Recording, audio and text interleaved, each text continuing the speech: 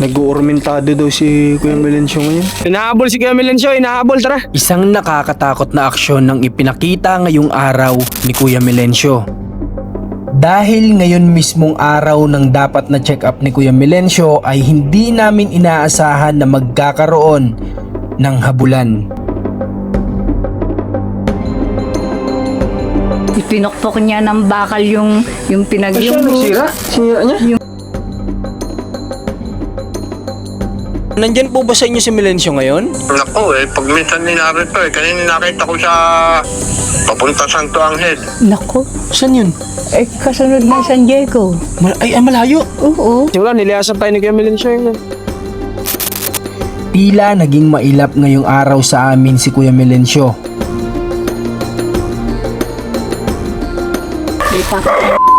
Di ba daw siya? Bamil trigger sa kanya dun. Bamil ng trip sa kanya dun. Ano nga ba ang nangyari sa lakad dapat namin ngayon nila Kuya Melencio? Abangan sa video na ito. So guys, kumusta kayong lahat and welcome back dito sa ating munting channel na ito na halos mag-aapat na taon na tayo sa industry na to. Maraming salamat kasi nandiyan pa rin kayo palagi sumusuporta sa mga vlogs natin mula nung nagsimula tayo dito sa social media. Kaya salamat sa inyo at sa mga bago, salamat din po sa inyo. Kaya yung mga hindi pa nakasubscribe dyan, please mag-subscribe na po kayo. Syempre, i-click nyo po yung notification bell sa baba para maging updated po kayo at mag-appear po sa mga mobile natin yung everyday namin na ginagawang video o mga uploads natin. Okay? Ngayon guys is araw po ng Friday.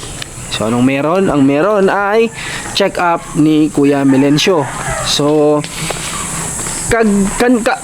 simula kagabi kinokontak ko po yung isa nating tutulungan sa Lucena na si Russell. Russell ba? Okay, siya yung bata po na nakakadena. Kasi gusto ko... Rainiel pala. Russell yata yung kapatid. Kasi gusto ko po siyang mapagamot. Kasi naniniwala po ako na malaki pa ang chance ni Rainiel na gumaling. So isasabay ko dapat kay Kuya Melencio. Ang problema, hanggang ngayon hindi po sumasagot sa mga tawag ko yung kapatid. So kapag dumating kasi tayo doon tapos tsaka pa lang sila magagayak, kakapusin tayo sa oras kasi hanggang 12 lang po ang check-up ni Dr. Dario. Kaya sabi ko kung hindi man naabot ngayon, di sa Martes na siya mapapaschedule. Si Kuya Melencio muna ngayon. Kung ganun po, wala tayong magawa. Gusto ko man sanang isabay kaso walang sumasagot simula pa kagabi. Tinatsagaan kong kontakin sana. Alright, so hindi ko na na-upload pala yung vlog natin kay Nanay Minerva nung nakaraan, nung bisita natin dito. Di ko pa naasikaso ma-recover, sobrang busy pa eh. Yaanan na siguro natin yun. Mahalaga naman dun nalaman natin yung sitwasyon ni Nanay Minerva that time. Kung naayos lang siya, di ba?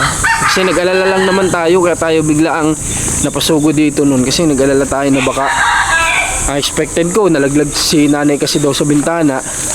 Sabi ko baka hindi nakakalakad. Ganyan. Naka-ready na kaya sila? Anong oras na? Alas 8 na guys eh. Sana nandyan si Kuya Melencio, hindi umalis.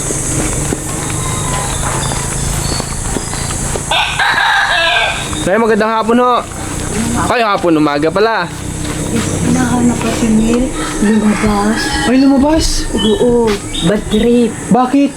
Ewan, pasok muna kayo. Bakit na bad trip? Hindi lagi yung gano'n. Ay, nagtago. Ay, grabe. Ano si Kuya Melencio daw ngayon? Tinitingnan nun. Hindi naman nagwawala.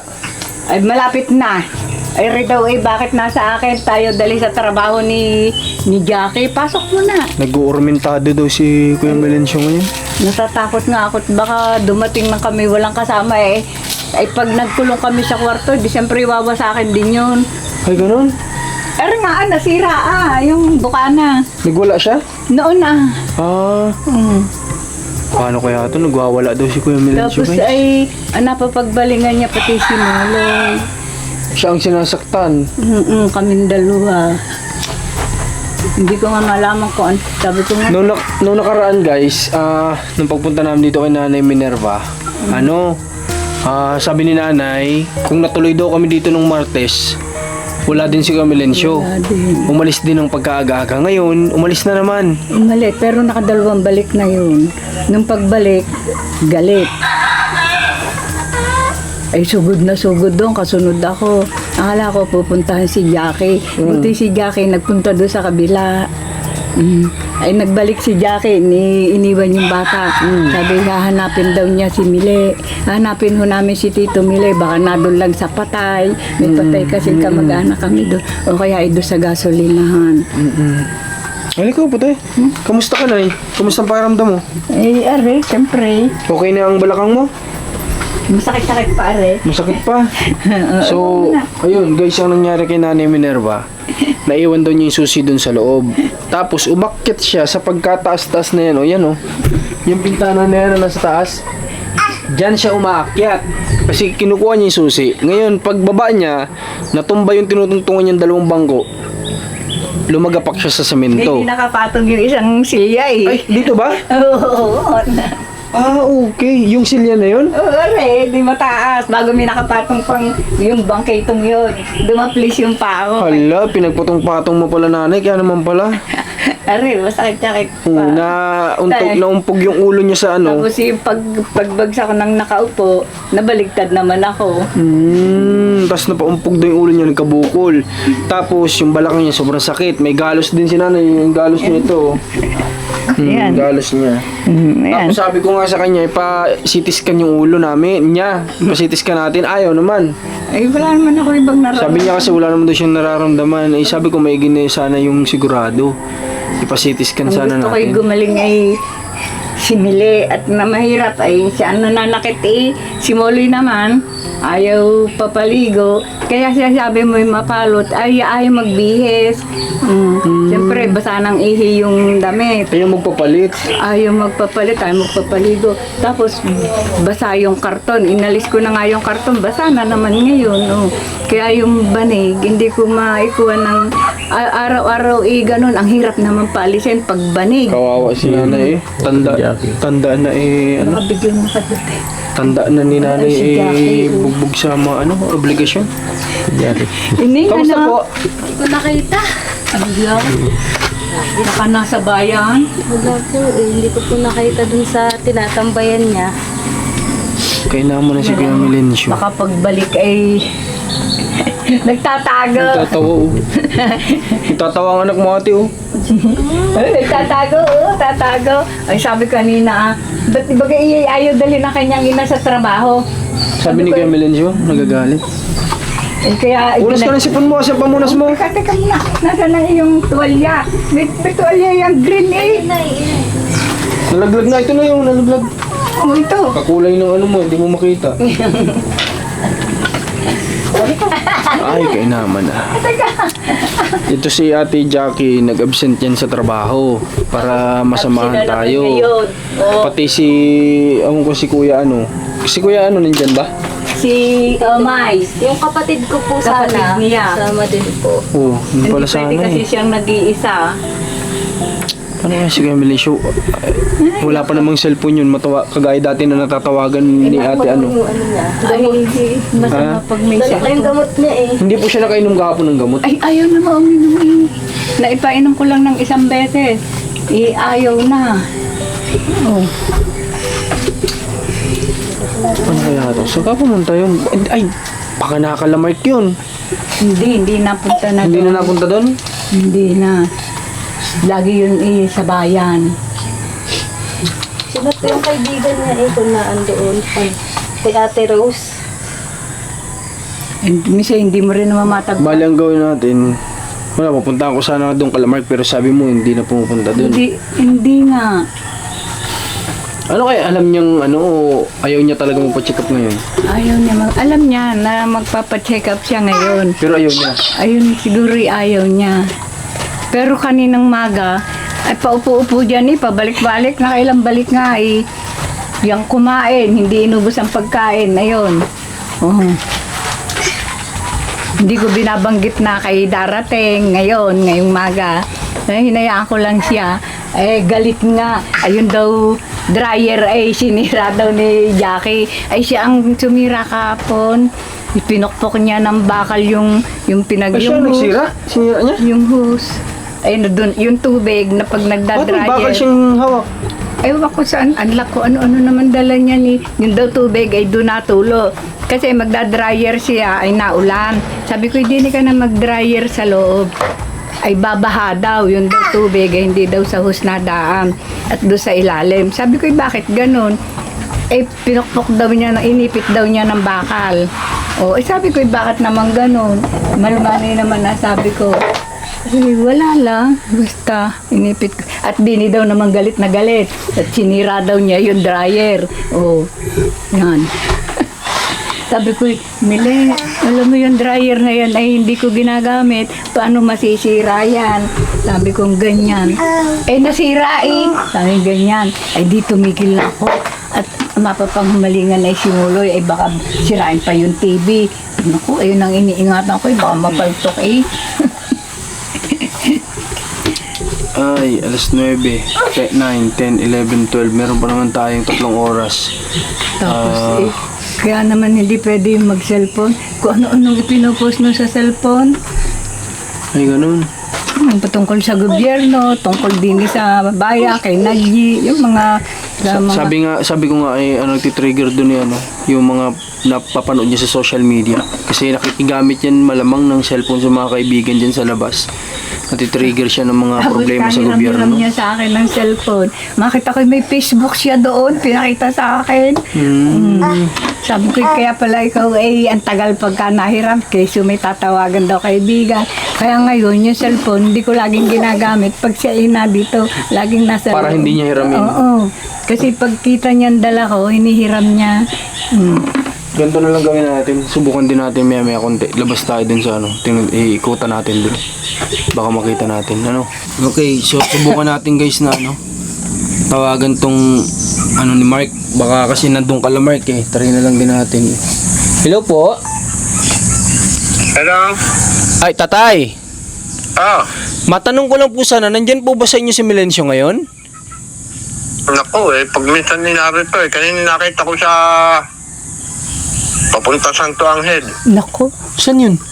Kasunod ng San Diego. Ay, malayo. Oo, naglalakad. Ay, naku.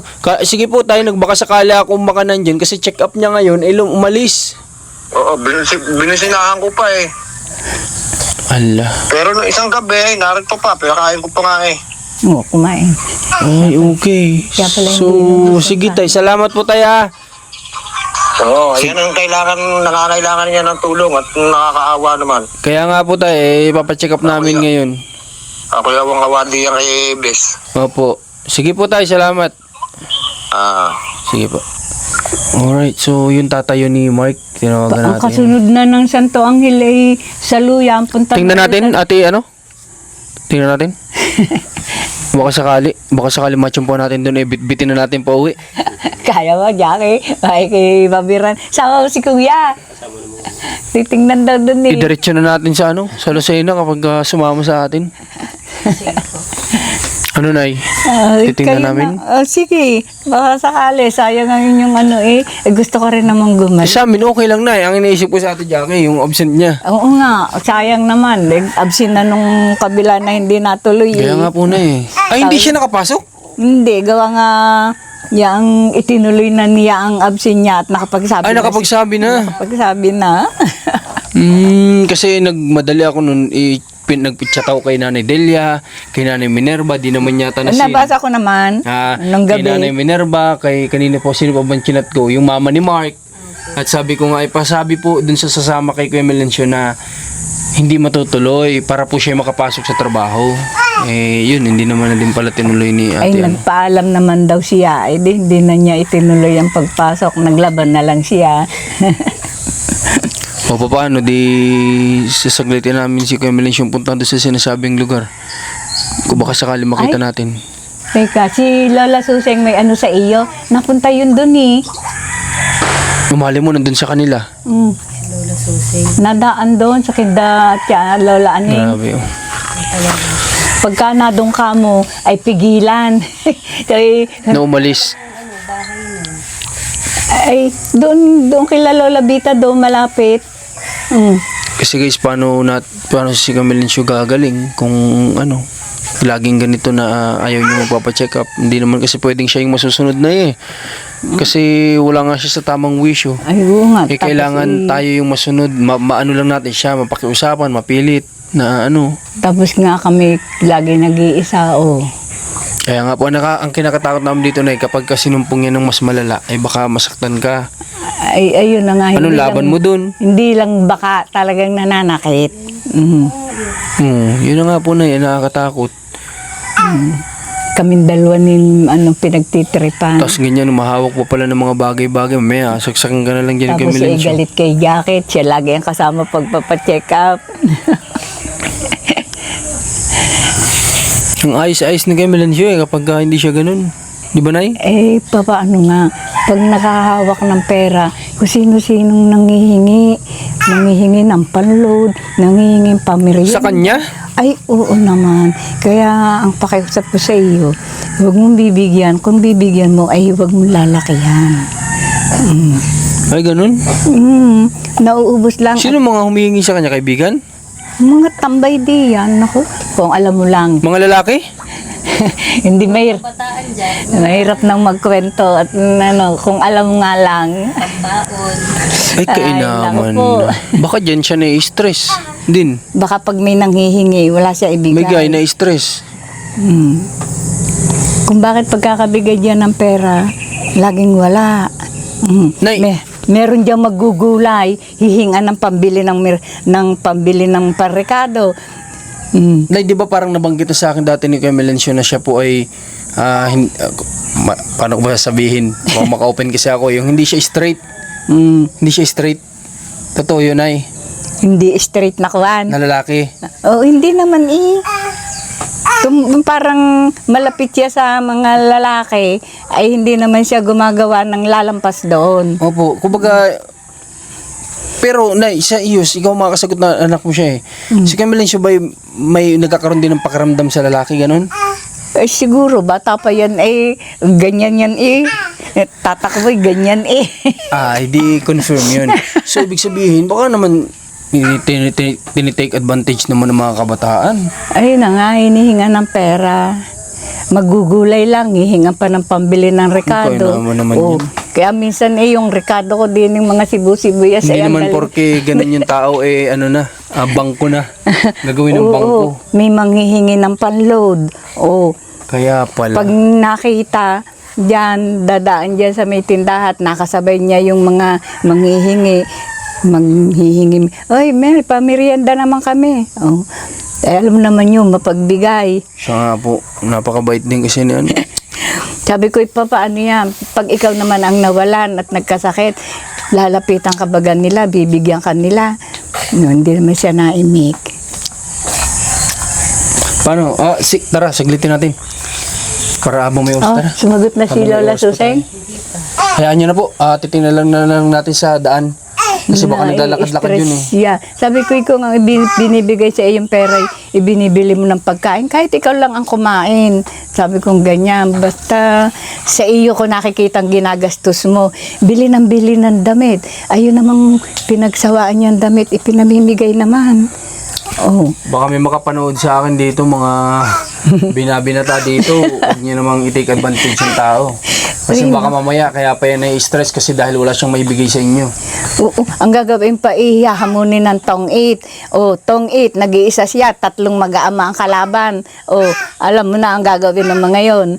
Natatalo yan noon ng mahigit na 1,000. Pati nga yung anak ko doon, sabi, bakit mo pinababayaan?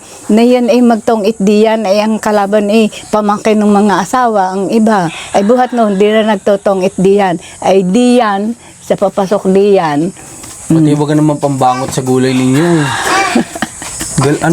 Diskarte tayo. Para Noon nabalita ko pa na yung isang diyan, ibinili daw ng cellphone.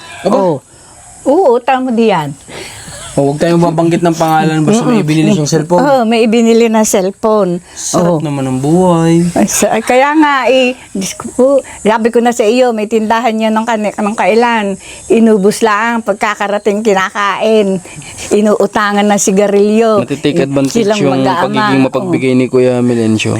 Tapos ganyan, siyempre ganyan siya, yung hindi siya straight, tapos naging mapagbigay pa. So, wala, matitake advantage talaga ng tao yan. So, Hindi mo sige lang na, alam. sasaglitin namin ha. Babalik kami dito kung anong makita namin sa daan. Basta kung sakali man na hindi kami makabalik ng isang oras, ibig sabihin nagdiretso na kami sa Lucena. Ha? Itawag mo na lang. Okay po. Sa amin. Sige po, Nay. Kung nakita o hindi. Okay po, sige po. Tara. Okay guys, labas tayo. Subukan natin dun sa sinasabi ng Papa ni Mark na nakita daw niya. Pero may kalayuan daw yun dito eh. Ito na yung naiisip ko kanina habang nasa biyahe. Nasabi ko baka maulit na naman nung Martes na maagang maaga wala na si Kuya Melencio. Ano ba ang gagawin natin ito? Gustong gusto natin siyang gumaling. Yun namang ipapagagamot natin, ganito. Laging umaalis na parang ayaw magpagamot. Nakiusap ako sa kanya nung huling bisita natin dito. Na sabi ko nga sana mapagbigyan niya tayo kasi mag-e-effort tayo para sa kanya. Para lang siya gumaling. Pero ngayon ganito na naman. Hindi naman natin masisi din kasi wala nga sa tamang pag-iisip. Susubukan na lang natin guys, hanapin natin. Sige Melencio, habang may oras pa, 3 oras pa naman. Buhat dito hanggang Lucena kasi 1 oras at kalahati. So kaya pa, kung mahanap natin agad, kaya pa yan. Kawawa naman yung ibang nagsasakripisyo din, oh. Trabaho, may anak pa naman. Trabaho yung nagsasakripisyo para lang makatulong kay Kuya Melencio. Di ba? Tara guys, update ako mamaya. Hanapin lang natin. Subukan natin ulit dito. Baka mamaya nandito eh. Tara. Malay mo nandito sa may sa may kapatid. Dito sa kabila. Pero kung kanina pa nakita ng Papa ni Mark. Ha? Makakalayo na yun kung kanina pa niya nakita. Mali natin, makasalubong natin pabalik na. Wala naman tao dito eh. May tao yun. Te? Nandiyan si Kuya Melencio? Wala? Wala daw dito. Pero guys, palabas na kami. Kasama namin si Kuya, kapatid ni ate, at puntahan namin dun sa San Diego daw. Lampas yun dun sa hardware na pinagkukunan namin ng materials kay Nanay Minerva. Opo. Lampas pa. Grabe nilalakad niya, no? Naglalakad nga po yun hanggang bayan. Grabe. Buti di nagkakasugat-sugat yung paa nun. Mga 7 daw na papuntang bayan siya. Nung mga 8 naman, pabalik naman dito. Ah, ganun. Alas 7 pumunta ng bayan. Alas 8 pabalik na naman. San Diego. Saan po yung sabi Ate Jackie kanina nung Papa ni Mark? Saan daw niya nakita? Ayun nga po, Pasantoong Hill po. Mas malayo pa yun. Opo, kasunod po ng San Diego. Kaya naman na. Iba talaga guys yung no? Yung alam mo yun pag nagka problema ka sa mahirap kasi ay sino to? Ayun na. Ito naglalakad na kulay pula. Ay, Ayan nga po, ayan. Ito ba? Naka-orange. Ayan. Ayan. tingnan natin kung nasa mood, ano hawak niya. May dalad-dalang juice eh. Ay, kilala ka yata. Kuya Melencio! O, paano na? Check up mo ngayon ah. Ha? Check up mo ngayon. Check up? Di ba punta tayo na sa'yo. Tara. Hinanap ka talaga namin. Baka mapangga. Kuya!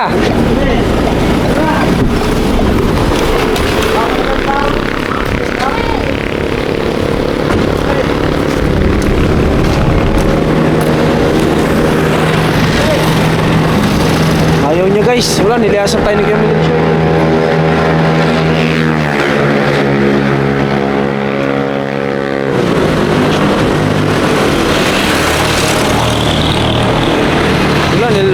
Kuya Melencio, ayaw. Ate Jackie! Ate Jack! Hinahabol nila si Kuya Melencio, guys. Hinahabol si Kuya Melencio, hinahabol, tara.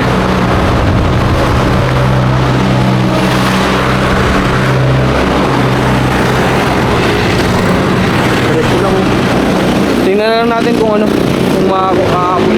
Sinusubukan siyang habulin ng dalawang magkapatid na ito upang pakiusapan dahil nga sa magaganap na check-up ni Kuya Melencio dapat ngayong araw. Ngunit sa pagkakataon na ito ay tila mahihirapan sila dahil nga hindi sila pinakikinggan ni Kuya Melencio at dire-diretso lang ito sa kanyang paglalakad at makikita natin ang galit sa kanyang mga muka.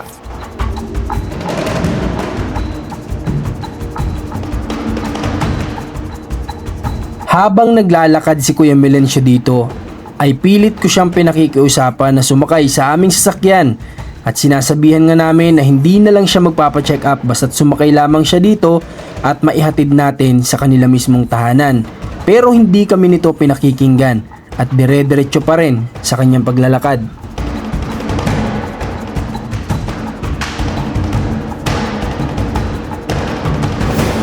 At dito nga'y kinakabahan kami dahil hindi namin alam kung saan patungo ang paglalakad na ito ni Kuya Melencio.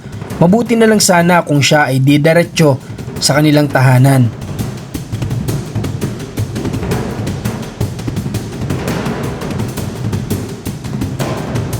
Ang pinangangambahan namin sa ganitong gawain ni Kuya Melencio ay yung paglalakad niya ng ganito katirikang araw.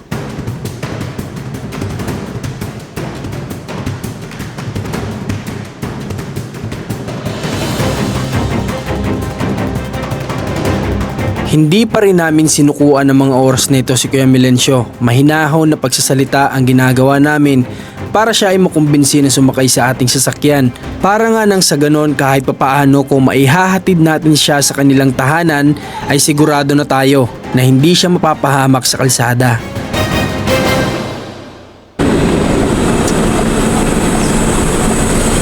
Kuya Melencio!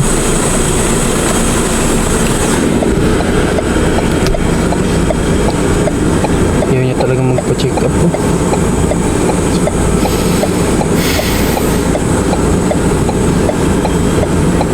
Iniinom niya yung gravy oh.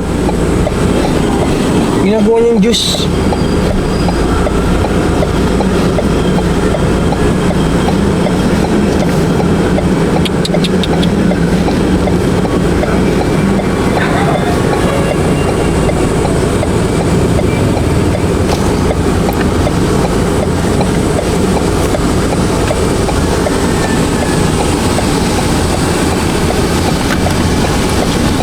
Tara, tayo na lang natin dun sa kanila.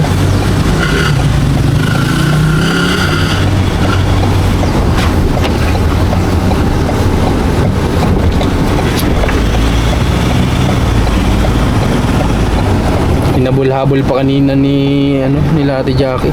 Ayaw talaga.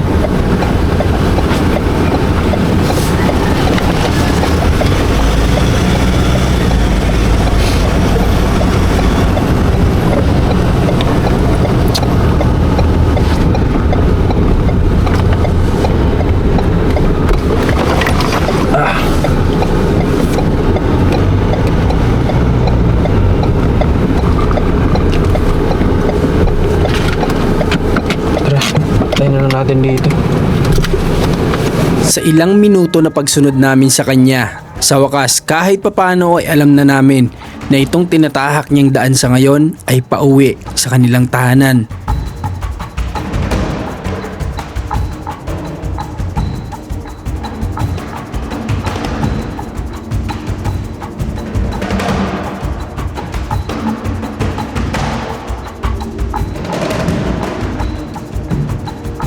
Ito natin si Kuya Melencio.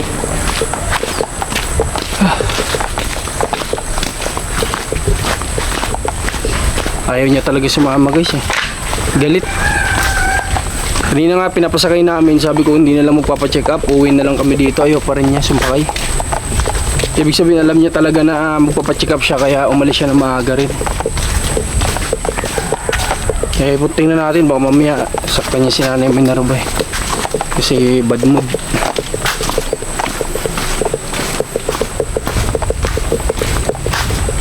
Medyo malaki-laki na rin yung sakripisyo dito nila Ate Jackie mula pa noon pala, kasi umaalis pala to si Kuya Melencio. Nawala daw yan ng matagal, so hinanap-hanap nila. Tapos yan, buti ngayon kahit paano daw yan umuwi. Diyan si Nanay Minerva. Ba't kaya?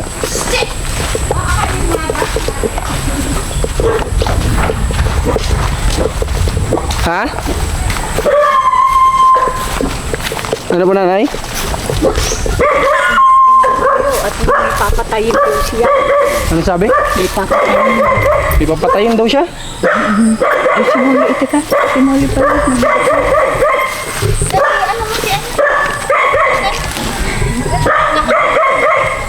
Magsasalita daw si Kuya Muloy, may papatayin daw siya. Si Kuya Muloy, baka ano.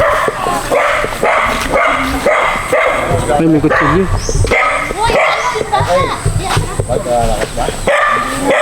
Ayaw sumama. May kutsilyo daw. Tapos Kuya Muloy. May kutsilyo daw, sabi daw, may papatayin daw siya. Baka may nag-trigger na naman dun.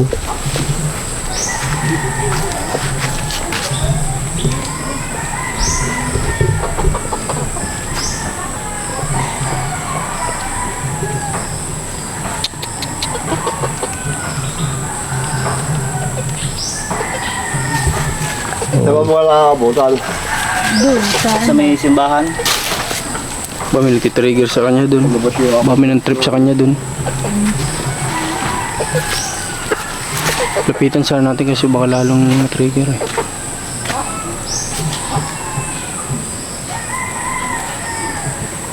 Pinagtagay ka lang, ayos na yun.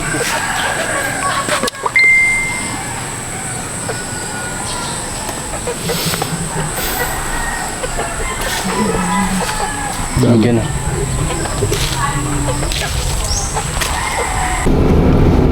Alright guys, so ngayon ang nangyari ay sobrang trigger si Kuya Melencio. Hindi natin alam kung ano nangyari doon sa pinuntahan niya kanina. Pero kanina pa lang nakasalubong namin, nakasimangot na. Tapos ayun, umalis muna kami pansamantala, pinalis kami ni Nanay Minerva kasi nga ay may hawak na patalim si Kuya Melencio at sabi niya may papatayin daw siya. So mas lalong natitrigger kasi yun kapag kami nakikita ng ibang tao. And then kagabi pa daw yun galit kay Ate Jackie. So nakikita niya si Ate Jackie doon, baka lalong nat-trigger, nagagalit. Kaya sabi ko, tama si Nanay Minerva, alis muna tayo. Hindi muna tayo nag-attempt na lumapit kasi nga baka lalong lumala yung sitwasyon. So ngayon nakita namin siya palabas, may bit-bit na bag.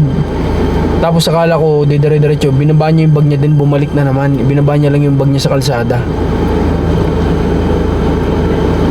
Grabe nangyari kay Kuya Melencio. Sobrang natitrigger siya, sobrang nape-pressure. Di ko alam kung anong nape-pressure sa kanya, sa totoo lang eh. Wala eh.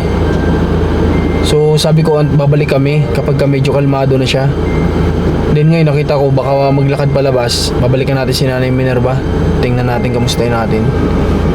Binabala yung bag, tapos nagpabalik. Binabalang yung bag eh, tapos bumalik na naman, di ba?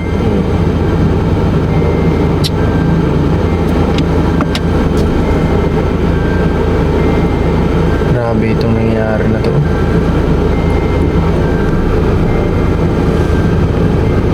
Akala ko maayos natin siyang mapapasama ngayon. Ang ano kasi niyan, ang magiging basehan natin yan kapag ka nakainom siya ng gamot talaga night before natin siya ipa-check up. Doon tayo magbabase. Kapag ka nakainom yun, tsak may sasama natin yun na maayos. Pero kung ganyan,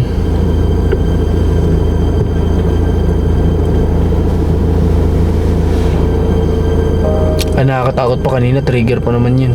Baka mamaya dito sa loob ng sasakyan si Kuya Melencio matrigger, magwala. Mas mahirap.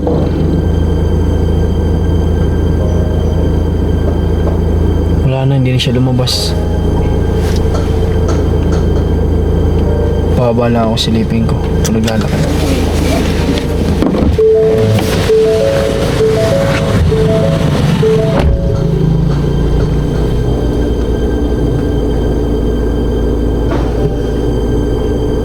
Halos 30 minutos na nag-antay kami dito dahil inaabangan namin kung dadaan ba si Kuya Melencio para nang sa ganon ay sigurado tayo na hindi siya ulit maglalakad sa kalsada ng ganitong kainitan.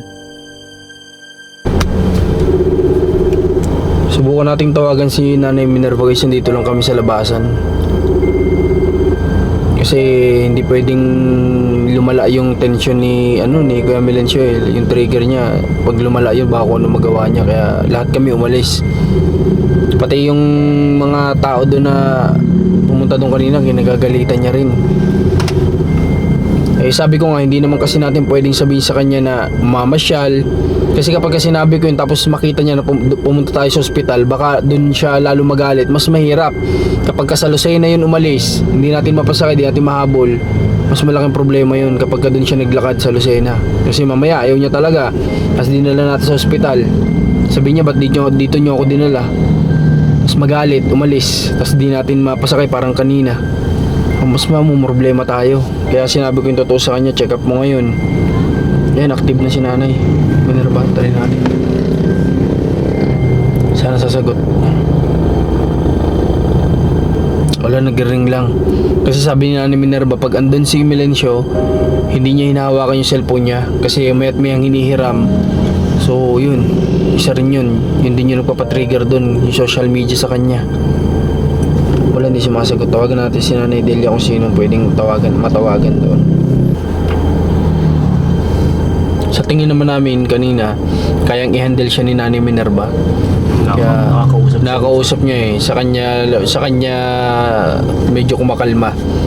Kaya hindi kami pinalapit ni Nanay Minerva, huwag daw kami lumapit. Kaya nasa malayo lang kami kanina. Tinitingnan lang namin kung anong gagawin niya. Pero nakikita ko naman kinakausap siya ni Nanay Minerva Hindi sumasagot Tawagan natin guys si Ate Jackie, baka sakali sasagot. So nakiusap ako kay Nanay Delia kung sino pwede nating matawagan doon, at binigay niya yung number ni Ate Jackie para makahingi tayo ng update guys kung kamusta si Kuya Melencio tsaka si Nanay Minerva. Problema, mukhang busy yata baka ayaw niya sagutin kasi ibig sabihin nandun si Kuya Melencio. Pati si Nanay Delia kasi yun ang pumunta doon guys kasi natatakot na din daw siya kay Kuya Melencio. Delikado ito guys. Bakit kasi ayaw siyang tanggapin sa Mandaluyong Ano nga daw? Kasi naipapasa yung Oo, pag na-interview. Kasi delikado si nanay dyan kapag ganyan ayaw niya magpagamot. Pwede natin gawin dito. Antayin natin na lumala bago dalhin sa Mandaluyong, tapos para hindi makapasa sa exam ay sa interview. Kaya yun ang masakit. Kailangan natin pangantayin, di ba? Paano kung huli na may magawa siyang hindi maganda? Huwag naman sana. Alright, sige, biyahe muna tayo guys. Biyahe muna tayo. Then siguro mag-update na lang ulit kami sa inyo. At maya-maya kung sasagot si Nanay Minerva, kung pwede kami bumalik doon, babalik kami para makamusta si Nanay Minerva. Siya kasi iniisip-isip natin dito din na una, kasi baka siya nga isaktan ni Kuya Melencio. Pero sa nakikita ko kay Nanay Minerva kanina nang pinalayo niya tayo, alam kong kaya niyang i-handle si Kuya Melencio siguro. Kaya sabi niya wag na muna tayo lumapit, siya na muna. Alright, so sige, mag-update na lang ulit kami kung sakaling makakabalik kami doon. At kapag okay na si Kuya Melencio. So salamat guys sa pagsama nyo ngayon. Yun nga lang, failed na yung lakad natin. Pati yung tutulungan natin isa sa Lucena, wala na, 10:45 na kagawa nga ng paghanap natin kay Kuya Melencio, naubos yung oras. Di bali, may awan Diyos at magiging maayos din ang lahat. Yun lang po. Salamat and God bless po sa lahat. At makalipas ang halos 2 oras, may nabalitaan kami na si Kuya Melencio daw ay naging kalmado na sa ngayon. Shine on me. Let your grace and mercy follow. Give me strength for my tomorrow.